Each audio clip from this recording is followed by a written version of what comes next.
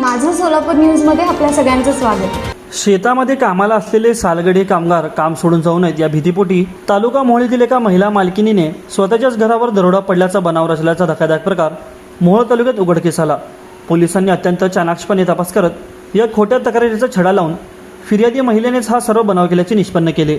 या संदर्भात मोहोळ पोलिसांनी दिलेल्या माहितीनुसार फिर्यादी सुगंधा विलास ढेरे यांनी मोहोळ पोलीस ठाण्यामध्ये तक्रार दिली होती की त्यांच्या घरी यवतमाळला गेले असताना त्यांच्याकडे कामाला असलेल्या सलगडी शिवदास यशवंत माडावी आणि त्यांची पत्नी रंजना माडावी राहणार चिरादेवी जिल्हा चंद्रपूर यांनी घरात घुसून चाकूचा दाग दाखवला व त्यांच्या हातपाय बांधून मारहाण करून कपाटातील 3 लाख रुपये किमतीचे सोन्याचे दागिने जबरदस्ती चोरून नेले। गुन्ह्याचे गांभीर्य ओळखून पोलीस अधीक्षक अतुल कुलकर्णी व अप्पर पोलीस अधीक्षक प्रीतम यावलकर यांच्या मार्गदर्शनाखाली तपासी चक्री फिरवण्यात आली। पोलीस उपनिरीक्षक कांबळे यांनी तातडीने चंद्रपूर जिल्ह्यातील चिरादेवी येथे रवाना झाले। तिथून संशयित सलगड्याला ताब्यात घेऊन मोहोळात आणले। सखोल चौकशी करण्यात आली, मात्र चौकशी दरम्यान फिर्यादीच्या कथनात आणि वस्तुस्थितीमध्ये तफावत आढळल्याने पोलिसांना संशय आला।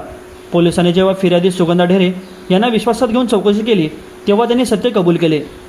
सालगड्यांचे काम सोडू नये म्हणून या एकमेव उद्देशाने चोरीचा व मारहाणीचा बनाव त्यांनी रचला होता। प्रत्यक्षांमध्ये अशी कोणतीही घटना न घडल्याचं तपासात निष्पन्न झाले। ही कारवाई पोलीस निरीक्षक बाजीराव पवार, पोलीस उपनिरीक्षक कांबळे व त्यांच्या पथकाने यशस्वीरित्या पूर्ण केली। माझं सोलापूर न्यूज या यूट्यूब चॅनलला सबस्क्राईब करा आणि बेल आयकॉन प्रेस करायला विसरू नका।